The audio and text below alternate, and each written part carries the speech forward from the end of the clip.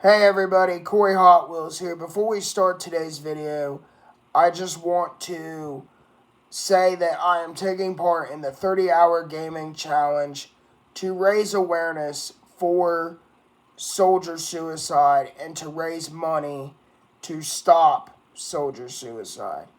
You know, our troops, they sacrifice so much just to help keep our freedom in the greatest country of the world, the United States of America. So I feel honored and privileged to be able to be taking part in this and, to raise money. And I want to let our soldiers know you're not alone.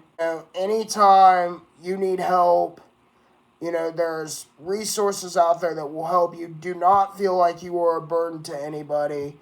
And I want to extend the offer. It's like, hey, if anybody needs somebody to listen to and needs to talk about, not just what they've experienced at war, but with life in general, I am here to listen to you because I would much rather listen to your story than hear your eulogy at a funeral because you couldn't bear your mental demons. So don't be afraid to reach out for help. Whenever you're experiencing problems, we're all here for you. We thank you very, very much for your service. God bless each and every single one of you. The link to the fundraiser will be down in the description of today's video. Now enjoy the video. What's up, everybody?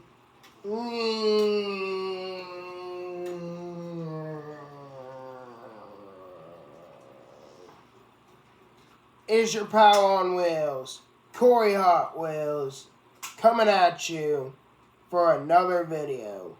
And no, it is not about wrestling. Shock. Everybody can go like, no, I'm not going to talk about wrestling today.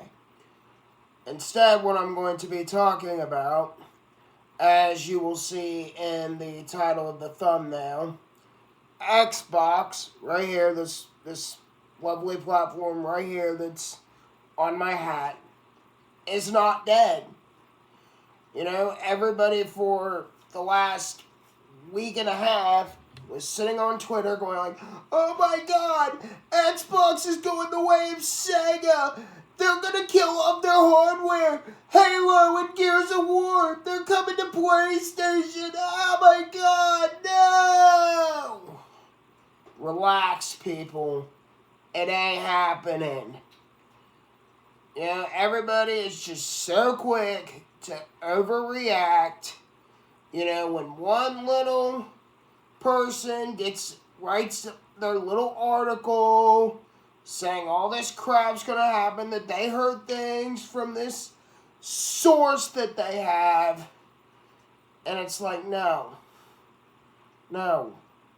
So, Phil Spencer tweeted out, like, we see you, we hear you, we're listening, and we'll share more next week. This was his tweet from, like, a week ago. And everybody was like, oh, no, he's going to confirm it. Xbox is going multi-platform. Oh, no. And so, what happened? Phil Spencer, Sarah Bond, Matt Moody, all got on the Xbox podcast and said the magic words, Xbox is not going anywhere. We're still making hardware. We're still doing Game Pass. We're still going to make titles exclusive to Xbox. Game Pass will remain exclusively on Xbox and Windows. And it basically was 22 minutes of, the internet just basically blew things way out of proportion, and everything is fine. So everyone can take a deep breath and relax. But, all kidding and sarcasm aside, let's talk about what really happened on that podcast. Phil Spencer, he talked about, Game Pass and, how it is important for the future of Xbox, that Xbox, is determined to keep making games that gamers can play anywhere. We can play it on Xbox, we can play it on PC, we can play it right here on our little mobile phones. And, Sarah Bond came on and said that the Xbox Game Pass user rate is up to 34 million.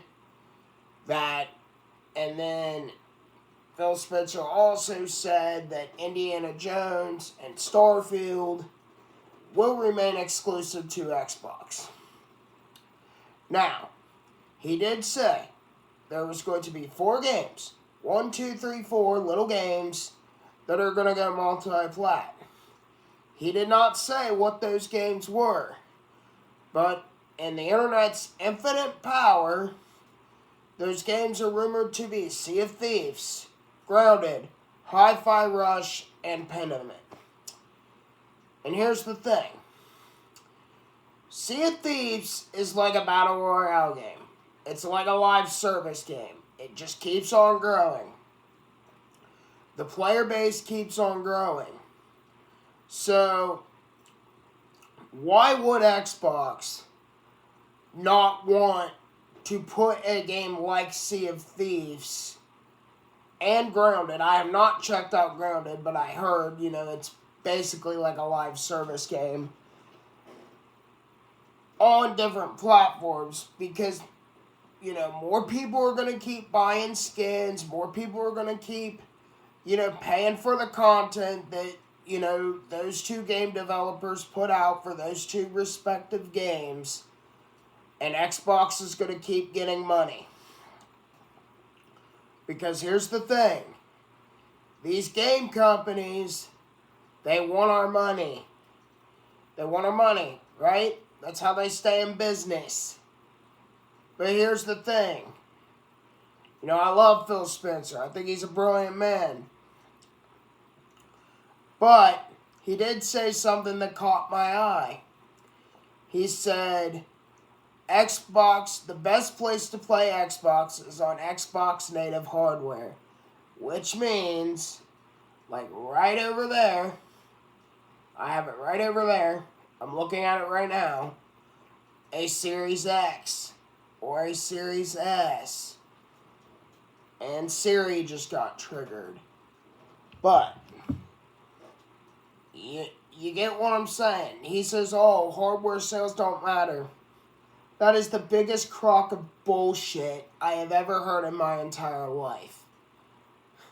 They think they don't care about hardware. Yeah, if you have a high-end gaming PC, that's built to the core, you don't really need an Xbox. But here's the thing that people need to get through their heads. Not everybody can afford a high-end PC. Those are thousands upon thousands of dollars. Think about people that are on fixed incomes. Okay, it's going to take them a while to pony up $300 or $500 for a Series S or a Series X. People don't want to, put in all the legwork that goes with a PC. I'm not dissing PC. I own a PC. But, it has an i7 processor, which is still a newer, up-to-date processor, and a 1660 Ti graphics card. I have been noticing that a lot of the games, for their recommended specs, they want higher than that 1660 Ti graphics card. Guess what? I'm just going to be perfectly blunt and honest. I don't have the money to go out and buy a new graphics card. And it's a computer that I bought from HP, so who knows if I can even upgrade the graphics card. Plus, I've said this countless times on this channel, I'd rather just sit in my recliner, look at my 50-inch TV, just kick back and play on my Xbox. Much easier, much more seamless experience. You know, does PC have its advantages over consoles? Absolutely. But, you know, when I want to play video games, I don't want to sit and look at my monitor up close and play my games. Even though I have a 34-inch monitor.